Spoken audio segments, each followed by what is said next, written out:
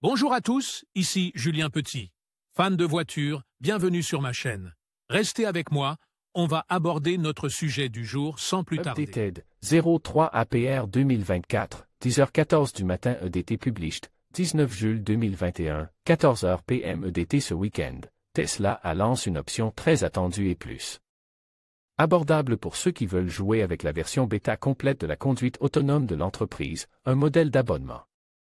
Il convient de noter que la conduite autonome n'est pas réellement une conduite autonome, il s'agit d'un système d'aide à la conduite de niveau 2. Combien coûte l'abonnement? Pour 199 $ par mois, les propriétaires peuvent accéder à tous les produits qui accompagnent l'option 10 000 $ sur une nouvelle Tesla, bien que ce soit loin d'être l'option la moins chère si vous prévoyez de posséder la voiture pendant une longue période. Bien qu'il s'agisse généralement d'une bonne nouvelle pour de nombreux propriétaires qui n'ont tout simplement pas de pile de billets de 100 $ qui traînent, l'abonnement suscite le mécontentement de nombreux propriétaires de Tesla. Après avoir lu l'annonce officielle du constructeur automobile, il n'est pas nécessaire d'avoir des yeux d'aigle pour remarquer une importante mise en garde. Les propriétaires de Tesla qui ont acheté leur voiture entre fin 2016 et 2019 auront en effet besoin d'une mise à jour matérielle. Electrek souligne à juste titre une annonce faite il y a 5 ans, dans laquelle la société a déclaré aux clients que toutes les voitures Tesla en production disposent désormais d'un matériel de conduite autonome complet. Tesla n'a pas tenu ses promesses en fait, les personnes qui ont acheté leur véhicule se sont fait dire une chose, mais ont découvert que ce n'était pas le cas.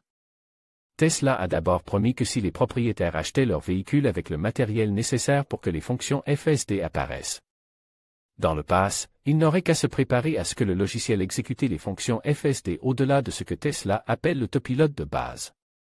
Parallèlement, Tesla a également proposé des mises à niveau gratuites pour les voitures équipées des hardware 2.0 et 2.5 vers un ordinateur interne de Tesla appelé 3.0, ou plus FSD. Aujourd'hui, ces propriétaires verront un message leur demandant de programmer une nouvelle mise à niveau matérielle de 1500 $ pour exécuter les fonctions FSD. Une fois la mise à niveau matériel effectuée, les propriétaires pourront s'abonner à la FSD.